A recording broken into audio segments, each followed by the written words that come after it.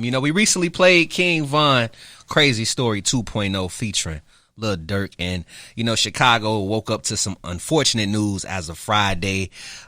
King Von had an altercation at a club out in Atlanta called Monaco Lounge, where he was shot and killed, and 2 other of his friends were shot and killed as well. Von blew up on the scene, 2018, with that Crazy Story joint. From there, of course, Lil Durk already had him signed, but they boost Crazy Story. Durk did the Crazy Story remix. From there, bro was just growing, and with his storytelling ability, and to just hear the unfortunate news as of Friday, it shocked Chicago. It's like again we wake up to some unfortunate news of another one of our artists that has a prominent career lined up for him has been taken away from us. And first and foremost, I want to send my condolences to Von's family, his kids. Definitely send my condolences to Lil Durk, OTF, all of them, because I know everybody's going through it right now. So we're gonna jump into the our tribute to him. I mean, Pretty Rod, when did you first get hip to Von? Probably Crazy Story. I feel like that's really how I got put on to him. Same. And then, my little brother, shout out to my little brother Donovan, because he be putting me on the hood shit, to be honest. Like, I didn't pass that phase of my life. I like a little R&B, a little smooth stuff. So my little brother be keeping me in tune with, he kind of put me on to, I ain't gonna say he put me on to Polo G, but he was really listening to, Polo G and King Von, around the same time. So, just talking to my little brother, seeing how he liked the music, I'm like, all right, let me check him out. And I ended up liking him. I liked how he tells stories and stuff. So, I just feel like, damn, I'm tired of us taking L's like this, man. I really am. I think we all are, yo. It's like, damn, every time we get an artist that's really about to push things and continue to push us forward as far as, Chicago and culture, it's like, damn. Another one cut down, man. Yeah. It's sad, bro. It's sad, man. To see somebody that was bringing some kind of energy to where he was from, man. To see him gone, that's sad, bro. Because he wasn't supposed to go out like that, bro. Wasn't. Definitely and then was it was not. So unexpected, too. Like to wake up and people was just like, oh, rest in peace, King Von. What? I thought it was fake. I'm like, this got to be a joke. Like, how? I don't know. I'm just over it. And to be honest too, when news spread it, and they said that he was shot in critical condition in the hospital, I'm like, okay, he gonna pull through. And then to later on refresh the timeline and see he didn't make it, I'm like, oh, what the hell? So I mean, I'm not gonna. I was hoping that was fake. Yesterday felt like a bad dream, Joe. I mean, Jones, break down when you first got in tune with Von. Man, it was a minute. It was probably the first song he did with Zoe. That was that one, and then I heard Story, and yeah, man, it's just deep, bro. That's just crazy because it's like to see. You felt the energy when he watched his videos. He riding through Old Block in a Phantom. That's inspirational, bro. Yeah. You can see he putting the energy back. Where people weren't talking about music side of them since Keith. You know what I mean?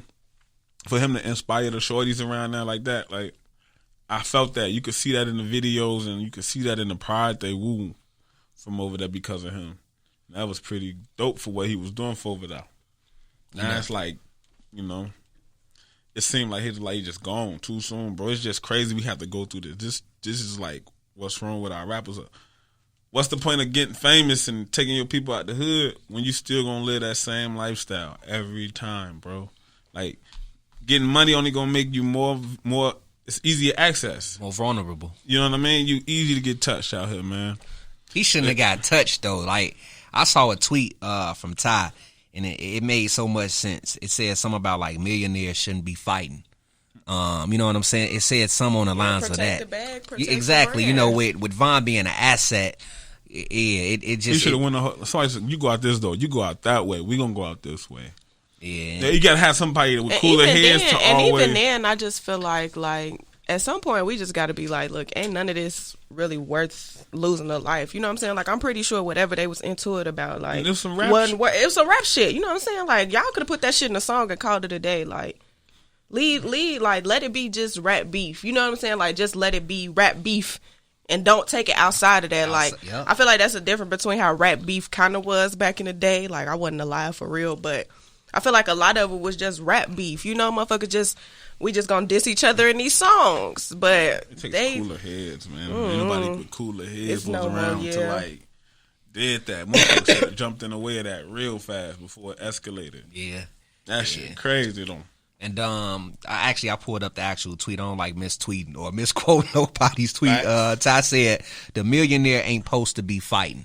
So, and when I saw that, I'm like, you know, that's actually true. You got to protect your asset, yo. You know, Von, not just Von, but OTF in general, they take care of their peoples. And that's another asset that was taking care of his peoples and making sure his family and his daughter, his son, his you know, making sure his people was straight. Man, all these kids growing up without their daddies, like that's what I be thinking about. Like, it's a life loss, but I just think about all the other people that are affected. You know, like it don't just stop with that person that got killed. You know, it's like damn, like their family's affected, like people, kids. You know what I'm saying? Like holidays. People, kids. What? And then that's the worst is to be like the first holiday without a loved one. Like, imagine like his kids, they got to go through Christmas now without their daddy. You know, and they young. Like, that's just sad. Like, I don't know. This shit, life too short. Like, life too short to be doing this dumb shit in the streets. Like, honestly.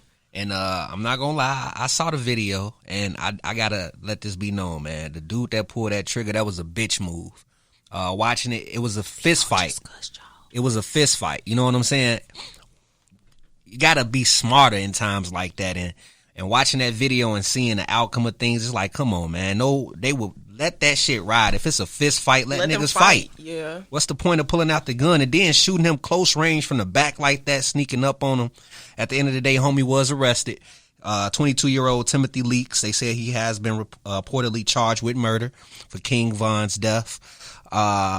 Police have him at Grady Hospital right now.